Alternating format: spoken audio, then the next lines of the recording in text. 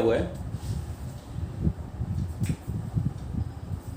इसमें एक क्वेश्चन आपको दिया हुआ है F X is equal to, इसी मेथड से बता रहा हूँ मैं आपको। एग्जाम्पल है आपका F X is equal to 2 minus 3x और x किसको बिलोंग कर रहा है, r को बिलोंग कर रहा है and x is greater than 0। देखें ध्यान से देखिए, सारी इंफॉर्मेशन दी हुई है, डोमेन भी इसने दिया हुआ है, कंडीशन भी इसने दी हुई है। ठीक है, मतलब क्या कह रहा है ये कि F X is equal to 2 minus 3x आपके पास में एक फंक्शन है। ठीक है, उस फंक्शन में x किसको बिलोंग कर रहा है बच्चों, r को। ठीक है, और उसमें भी रिस्ट्रिक्शन उसने दी हुई है कि आपको केवल x इज ग्रेटर देन 0 वाली चीजें आपको यूज करनी है। ठीक है, मतलब क्या है इसका मतलब, देखो ये सीधा सीधा सा मतलब इसका ये है। ठीक है, डोमेन माइनस इनफाइनाइट से लेकर के इनफाइनाइट में रिस्ट्रिक्शन दी हुई है कि x कितना लेना है आपको, x इज ग्रेटर देन 0 लेना है। मतलब कि यहां से आगे की ये जो पोर्शन बनेगा आपका ये यूज करना है बस, ये वाला पोर्शन आपको यूज नहीं करना, 0 भी इसमें आपको यूज नहीं करना है। ठीक है, इतनी बात समझ में आ गई। सवाल का बेसिक समझ लीजिए, बेसिक क्या है, सीधा सीधा सवाल F X is equal to 2 minus 3x दिया हुआ है, x की रिस्ट्रिक्शन दी हुई है। हाँ, ये कह रहा है कि x रियल नंबर है, लेकिन रियल नंबर कहां से कहां तक है, वो कह रहा है यहां से लेके यहां तक है बस। ठीक है, अब देखिए इसकी रेंज निकालना हम जान लेंगे। देखो बच्चों, F X is equal to domain इसका आपको ये दिया हुआ है, डोमेन में रिस्ट्रिक्शन ये दी हुई है। ठीक है, तो क्या मेथड होता है इसका निकालने का। सबसे पहले मैं आपको डोमेन को लेकर के चलते हैं। ठीक है, डोमेन को लेकर के चलेंगे, उससे हम रेंज फाइंड आउट करेंगे इसकी। तो इसमें देखो डोमेन क्या दिया हुआ है, गिवन। हमको जहां तक वर्क करना, रिस्ट्रिक्शन लग करके जो वर्क करना है वो है x इज ग्रेटर देन 0 दिया हुआ है इसमें। x की वैल्यू 0 से बड़ी बड़ी सारी की सारी वैल्यूज हैं। मतलब कि हम इसको क्या लिख सकते हैं, हम इसको बच्चों लिख सकते हैं x बिलोंग्स टू 0 से आगे वाली, दिस इज 0 से इनफाइनाइट, ऐसे लिख सकते हैं इसको, कोई प्रॉब्लम नहीं है ऐसे लिखने में इसको। ठीक है, मतलब क्या हुआ, अगर मैं इसको लिखना चाहूं x is greater than 0 and is less than, ऐसे भी लिख सकता हूं मैं इसको। इसका मतलब यही तो होता है, जब माइनस इन्फाइनाइट से ये, जब आपका यदि x belongs to minus infinite to infinite करता है, आपका रियल नंबर को बिलोंग करता है, तो आप कैसे लिख सकते हैं इसको, this is minus infinite plus infinite. ठीक है, तो ये मैंने लिख दिया। अब इस x को, ये तो मैंने डोमेन निकाला, तो ये तो डोमेन है मेरे पास में। अब इस x को मुझे ऐसा बनाना है बच्चों। अगर मैं इस x को ऐसा बना दिया मैंने, तो ये f(x) मिल जाएगा मुझे। ठीक है, तो वही कोशिश कीजिए। अब x के साथ में किसका मल्टीप्लाई हो रहा है, 3 का, 3 से मल्टीप्लाई की दोनों तरफ, तो देखो इस तरफ मल्टीप्लाई करूंगा, 0 into 3 less than 3x less than infinite into infinite में किसी का मल्टीप्लाई करो किसी का डिवाइड करो, कोई फर्क नहीं पड़ता बच्चों उसका। ठीक है, तो इन्फाइनाइट का इन्फाइनाइट ही आपका अनडिफाइंड है तो अनडिफाइंड ही रहना है वो। 3 का 0 में किया, this is 0 less than 3x less than infinite.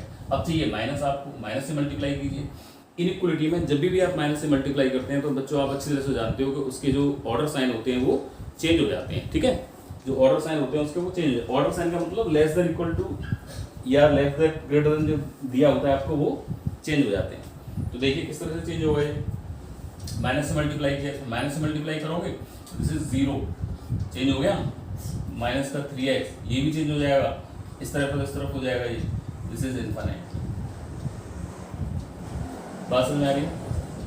अब माइनस से मल्टीप्लाई किया है, दिस इज माइनस इनफाइनाइट। ठीक है, तो अब इसको देखिए जरा, अब चाहिए 2 प्लस कर दिया तो 0 plus 2 is greater then 2 minus 3x is greater than minus infinity plus 2। ठीक है, ये क्या रहा आपका, this is 2 is greater then 2 minus 3x और ये क्या रहा आपका माइनस इन्फिनिटी। ठीक है, मतलब क्या निकल कर गया है, दिस इज एफ एक्स, ये आपका एफ एक्स बन गया बच्चों।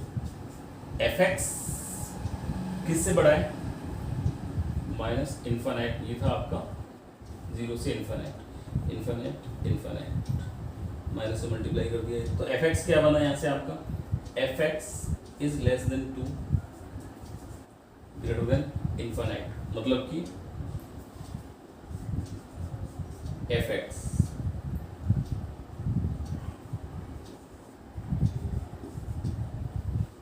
ठीक है बच्चों, ये यहाँ समझ में आ गई ना बातें वाली, मैं कुछ नहीं कहती हूँ। F X is greater than minus infinity, F X is greater than minus infinity and less than 2 बस ऐसे करके लिख दिया। तो मुझे रेंज मिल गई इसकी, यार क्या प्रॉब्लम है। तो इसकी रेंज क्या निकल करके आई आपकी, रेंज निकल करके आई इसकी -∞ से 2। ठीक है, अगर इसकी ग्राफिंग करके देखें हम, ग्राफ बनाए बच्चों उससे जरा।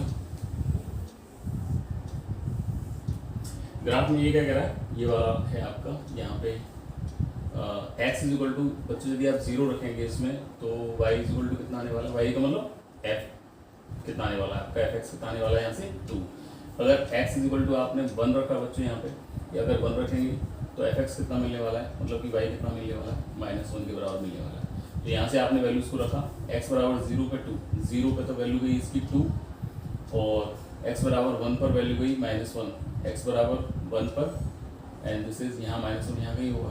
तो ये जो आपकी लाइन बनी बच्चों ऐसे करके बनने वाली है, ठीक है। यहाँ -∞ बैठा है, ये आपका +∞ है, दिस इज -∞ +∞। रिस्ट्रिक्शन क्या है उसकी, x की वैल्यू 0 से बड़ी लेनी है, x की वैल्यू 0 से बड़ी लेनी है। अब x की वैल्यू 0 से बड़ी लोगे तो बच्चों कहाँ काम करेगा आपका, ये रीजन आपका पूरा वर्क करेगा, ठीक है। ये वाला रीजन आपका वर्क करेगा, x > 0 लेना है यहाँ पे आपको। अब जैसे ही आपने 1 लिया तो वैल्यू कहाँ आई आपकी, आप यदि x बराबर 1 ले रहे हैं तो देखो वैल्यू नीचे उतर के आ गई, x बराबर 2 लेंगे तो वैल्यू आपकी यहाँ आ जाएगी, x बराबर 3 लेंगे तो वैल्यू आपकी यहाँ देगा ये, x बराबर 4 लेंगे तो वैल्यू आपको यहाँ देगा ये, देते चला जाएगा। लेकिन किस तरफ ले जा रहा है, ये जो वैल्यूज आ रही हैं आपकी कहाँ आ रही है बच्चों, -∞ की तरफ। कहाँ से स्टार्ट हो रही है, देखो जरा ध्यान से देखो, x > 0 कह रहा है ना, तो 0 वाला इंक्लूड नहीं करना, ये वाला मुझे इंक्लूड नहीं करना, ये एक्सक्लूड रहेगा आपका। लेकिन यहीं से शुरू हो रही है नहीं, तो अब भाई यहाँ पे 0.1 रखोगे या 0.00001 रखोगे तो उसमें वैल्यू आएगी, यहाँ निकल करके आ रही है, यहाँ निकल के आ रही है, यहाँ बहुत सारी वैल्यूज आपकी यहाँ निकल करके आएंगी। मतलब कि ये मेरा 2 पॉइंट था, 2 से लेकर के मेरी रेंज क्या बनी, ये पूरी की पूरी मेरी रेंज बनने वाली है।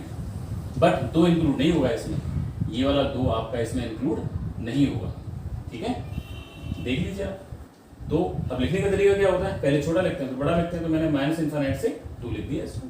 2 इंक्लूड नहीं है इसमें, देखो इंक्लूड तो नहीं है, ओपन ब्रैकेट में आ रहा है, तो यहाँ से 2 आपका इंक्लूड नहीं है।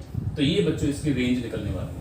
ग्राफिकली आपने देखा रेंज इसकी इस तरह से निकलेगी, और इस तरह से आप देखते हो जब आपको डोमेन दिया हो तो आप इसकी रेंज को इस तरह से निकाल सकते हैं। तो शायद समझ में आया होगा। हो सकता है कि आपको बच्चों थोड़ा सा यहाँ प्रॉब्लम आ रही हो, तो इसके लिए आप थोड़ा इनइक्वलिटी को पढ़ लीजिए। इनइक्वलिटी आपको आप पढ़ लोगे तो बहुत आसान हो जाएगा आपके लिए, कुछ नहीं है इसमें। x की वैल्यूज को देखो, डोमेन निकालो पहले उसका, है ना। अगर रिस्ट्रिक्शन को, अब देखो इसमें डोमेन तो मुझे ये दिया हुआ था, लेकिन डोमेन में भी रिस्ट्रिक्शन लगा रखी है। वो जो कह रहा है, बोलेगे आप तो हमें x > 0 पे बताइए, जब आपका x > 0 हो जब से रेंज बताइए आप। अगर वो मान लो मुझसे ये कह देता, बोले नहीं साहब आप तो हमें x > -5 से बताइए, x > -5 से बताइए, तो -5 लगभग कहाँ था आपका, यहाँ पे आया था -5। तो यहाँ से यहाँ जो वैल्यू आती मेरी इसकी -5, देखो ऊपर जाएगा ये वाला, कहीं ना कहीं तो वैल्यू आएगी इसकी, तो वहाँ से लेकर के वहाँ तक ले लेते हैं उसको, ठीक है। तो ये इस तरह से बच्चों रेंज फाइंड आउट करते हैं, ठीक है। एक और तरीका मैं आपको बता रहा हूँ, देखो एक ग्राफिकल तरीका बता दिया मैंने आपको, एक ये तरीका बता दिया मैंने आपको। देखो लीनियर इक्वेशन जब भी बने ना आपका, लीनियर इक्वेशन जब भी बने आप उसका ग्राफ बना डालो फटाफट से। ग्राफ बना करके बहुत एक्यूरेट होता है, और मतलब अच्छा रहता है सवाल को। ग्राफ जितना आप ग्राफ को यूज़ करेंगे सवाल आपका अच्छा बनेगा, एक्यूरेट बनेगा, ठीक है। चलो एक और देखते हैं मेथड इसमें बच्चों।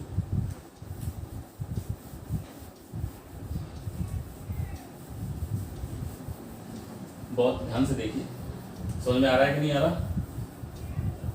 देखो यही सवाल है, इस सवाल को मैं एक और मेथड से आपको करके देता हूँ। और वो मेथड क्या है देखिए जरा। अभी तक हमने क्या देखा, डोमेन आपको दिया हुआ है, डोमेन की सहायता से हमने रेंज निकाला, ठीक है। अब जो रिस्ट्रिक्शंस उसने दी होती हैं उसकी सहायता से हम रेंज निकालते हैं, ठीक है। रिस्ट्रिक्शन इसमें क्या दे रखी है, x > 0 आपको रिस्ट्रिक्शन दी हुई है उसने, ठीक है बच्चों। देखना ध्यान से देखना। अब रेंज निकालने का तरीका क्या है, पुट, ये मेथड सेकंड है बच्चों, ये वाला मेथड सेकंड है। मेथड सेकंड में क्या करते हैं, देखो एक बार थोड़ा सा रिवाइज कर लेते हैं इसको।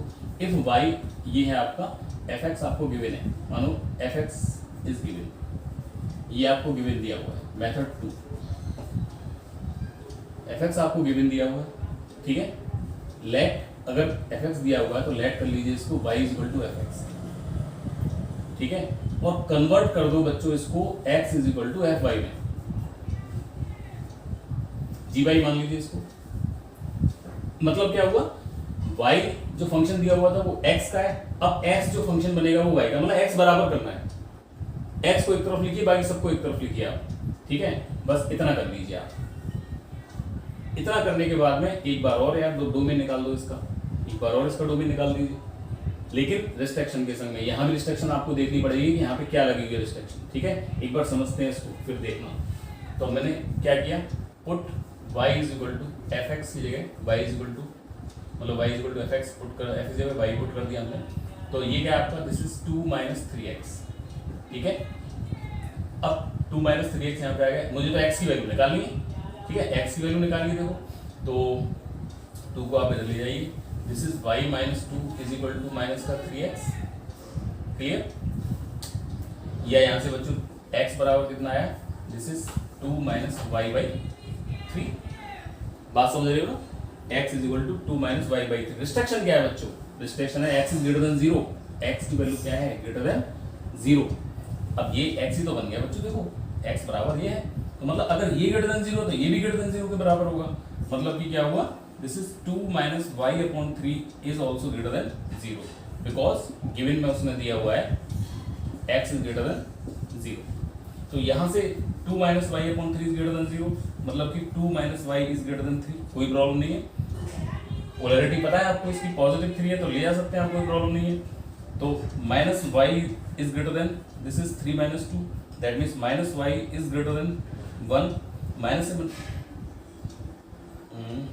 यहाँ पे क्या आया था, 2 minus Y is greater than 3, 2 minus Y is greater than 3। एक मिनट बच्चों पॉज कर दिस कर। हाँ तो बच्चों देखो 2 minus Y upon 3 is greater than 0, मतलब कि 2 minus Y is greater than 3 into 0, ये 3 इधर चला गया आपका, मतलब कि ये क्या है आपका 2 minus Y is greater than 0, मतलब कि minus Y is greater than minus 2। आप देखो माइनस से मल्टीप्लाई करेंगे साइन चेंज हो जाएगा आपका, this is y is less than 2। y कहाँ आ रहा है बच्चों, y इज लेस देन 2, बहुत सिंपल सी बात है, देखो इसमें कोई कंफ्यूज मत होना आप लोग बच्चों, ठीक है। अब जैसे ये y is less than 2, y की वैल्यूज कहाँ से, ये 1 2 3 4 5 6 इनफाइनाइट तक जाती हैं, 1 2 3 4 5 1 2 3 4 5 6, माइनस 1 माइनस 2 माइनस 3 कहाँ तक जाएंगी, माइनस इनफाइनाइट तक जाएंगी बच्चों। y इज लेस देन 2, 2 से छोटा तो बच्चों नीचे चलना पड़ेगा आपको, दिस इज नॉट इंक्लूडेड, ये इंक्लूडेड है नहीं, क्योंकि आपको पता है कि इस पर इक्वलिटी नहीं लगी हुई है, तो इक्वलिटी नहीं है तो 2 इंक्लूड नहीं होगा। 2 से कहाँ चलना है आपको, छोटे की तरफ, छोटा कहाँ है आपका, इनफाइनाइट। मतलब कि इसका आंसर क्या बन गया आपका, जो y होगा आपका, y किसको बिलोंग करने वाला है आपका, y belongs to minus infinite to 2। लिखने का तरीका आ गया समझ में, कैसे लिखते हैं, तो देखो एक ये आपका नया तरीका होगा। इस तरीके में आपने क्या सीखा, इस तरीके में हमने सीखा किसी भी फंक्शन को आप y के बराबर रखिए, y के बराबर रखने के बाद में x की वैल्यूज, x को फंक्शन ऑफ जी वाई, मतलब y का फंक्शन बना लीजिए x को, तो ये मेरा यहाँ बन गया। फिर इसको चेक करते हैं बच्चों, देखो इसको हम चेक करते हैं, अगर रिस्ट्रिक्शन उसने दी हुई है तो हमें अभी जैसे इस वाले सवाल में आपको रिस्ट्रिक्शन दी हुई थी तो हमने उस रिस्ट्रिक्शन पे इसको चेक कर लिया, चेक करके हमारा आंसर बन गया। लेकिन आपको कभी कभी सवाल में रिस्ट्रिक्शन नहीं दी होगी, अगर आपको रिस्ट्रिक्शन नहीं दी हुई है तो डोमेन के अकॉर्डिंग वर्क करते हैं, जो डोमेन आपको दिया होता है उसके अकॉर्डिंग वर्क करते हैं, ठीक है। तो आगे होगा समझ में आपके ये। चलो एक और क्वेश्चन इसमें देखते हैं, पॉज करो।